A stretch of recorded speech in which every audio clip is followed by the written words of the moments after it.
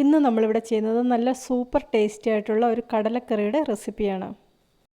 ഇവിടെ പറഞ്ഞിരിക്കുന്ന രീതിയിൽ തന്നെ ചെയ്തെടുക്കുകയാണെങ്കിൽ നല്ല ടേസ്റ്റി ആയിട്ടുള്ള കടലക്കറി നമുക്ക് ഉണ്ടാക്കിയെടുക്കാം. കടല ഇവിടെ തലേദിവസം രാത്രിയിൽ വെള്ളത്തിലിട്ട് വെച്ചിരിക്കുന്നതാണ്.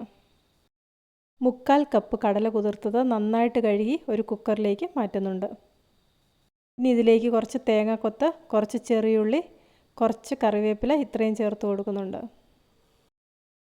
ഇനി ഇതിലേക്ക് 2.5 ടീസ്പൂൺ മല്ലിപ്പൊടി, 2 ടീസ്പൂൺ മുളക് പൊടി അധികം എരിവില്ലാത്തതാണ് ചേർത്ത് കൊടുക്കുന്നത്. അടുത്തതായി 1 ടീസ്പൂൺ ഗരം മസാല, 1/2 ടീസ്പൂൺ മഞ്ഞൾപ്പൊടി, കുറച്ച് കുരുമുളക് പൊടി ഇത്രയും ചേർത്ത് കൊടുക്കാം. 1 ടീസ്പൂൺ ഉപ്പും കൂടി ഈ വേവിക്കുന്ന സമയത്ത് തന്നെ ചേർത്ത് കൊടുക്കുന്നുണ്ട്. ഇനി ഇത് വേകുന്നതിന് ആവശ്യമായിട്ടുള്ള വെള്ളം ചേർത്ത് കൊടുക്കാം. 1.5 കപ്പ് വെള്ളമാണ് ഇവിടെ ചേർത്ത് കൊടുത്തിരിക്കുന്നത്.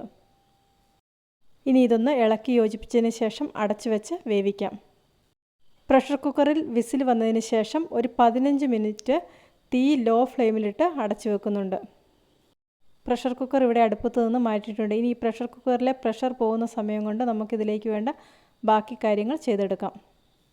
2 ടേബിൾ സ്പൂൺ വെളിച്ചെണ്ണ ഒഴിച്ചു കൊടുത്തിട്ടുണ്ട്. ഇതിലേക്ക് ഒരു വലിയ സവോള ചെറുതായിട്ട് അരിഞ്ഞതും കുറച്ച് കറിവേപ്പിലയും കുറച്ച് ഉപ്പും കൂടെ ചേർത്തതൊന്ന് നന്നായിട്ട് വഴറ്റിയെടുക്കാം.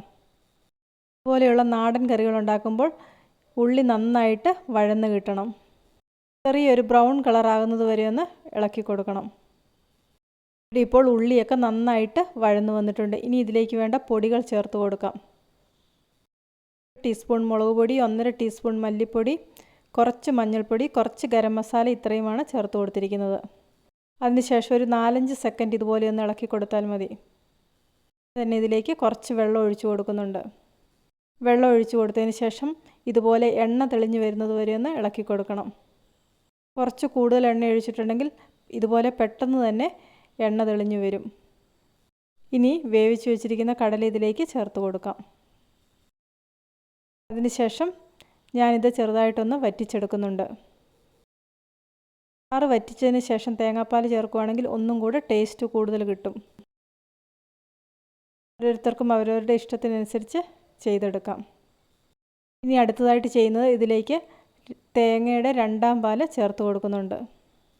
ഏകദേശം 1.5 കപ്പ് 2ാം പാലാണ് ഇവിടെ ചേർത്ത് കൊടുത്തിരിക്കുന്നത്. ഇത് ഇളക്കിയതിന് ശേഷം ഒന്ന് തിളച്ച് വരുന്നത് വരെ വെയിറ്റ് ചെയ്യാം. ഒഴിച്ചു കൊടുത്ത തേങ്ങാപ്പാലൊക്കെ ഇവിടെ തിളച്ച് വരാൻ തുടങ്ങിയിട്ടുണ്ട്. ഇനി ഇതിലേക്ക് എടുത്തു വച്ചിരിക്കുന്ന 1ാം പാല് ചേർത്ത് കൊടുക്കണം. ഇനി നമുക്ക് 1ാം പാല് ചേർത്ത് കൊടുക്കാം. 1ാം പാല് ചേർത്തതിന് ശേഷം ഉടനെ തന്നെ ഇളക്കി കൊടുത്ത് തീ ഓഫ് ചെയ്യണം. അല്ലെങ്കിൽ ഈ തേങ്ങാപ്പാലെല്ലാം പിരിഞ്ഞു പോകും. എത്ര വേണം അതിനനുസരിച്ച് തേങ്ങാപ്പാലിൻ്റെ അളവ് മാറ്റാം. വളരെ ടേസ്റ്റി ആയിട്ടുള്ള ഒരു കടലക്കറിയുടെ റെസിപ്പിയാണ് ഇത്. പുട്ടിൻ്റെയോ ഉണക്കക്കപ്പയുടെയോ ചപ്പാത്തിയുടെയോ ഒക്കെ കൂടെ കോമ്പിനേഷനായിട്ട് പോകും. ഇതിലേക്ക് വേണ്ട കടുക് പൊട്ടിച്ച് ചേർക്കാം. എല്ലാവരും ഒരു പ്രാവശ്യം ഇതുപോലെ ഒന്ന് കടലക്കറി ഉണ്ടാക്കി നോക്കുക. തീർച്ചയായിട്ടും നിങ്ങൾക്കിതിൻ്റെ ടേസ്റ്റ് ഇഷ്ടപ്പെടും. പുതിയൊരു വീഡിയോയുമായിട്ട് വീണ്ടും കാണാം.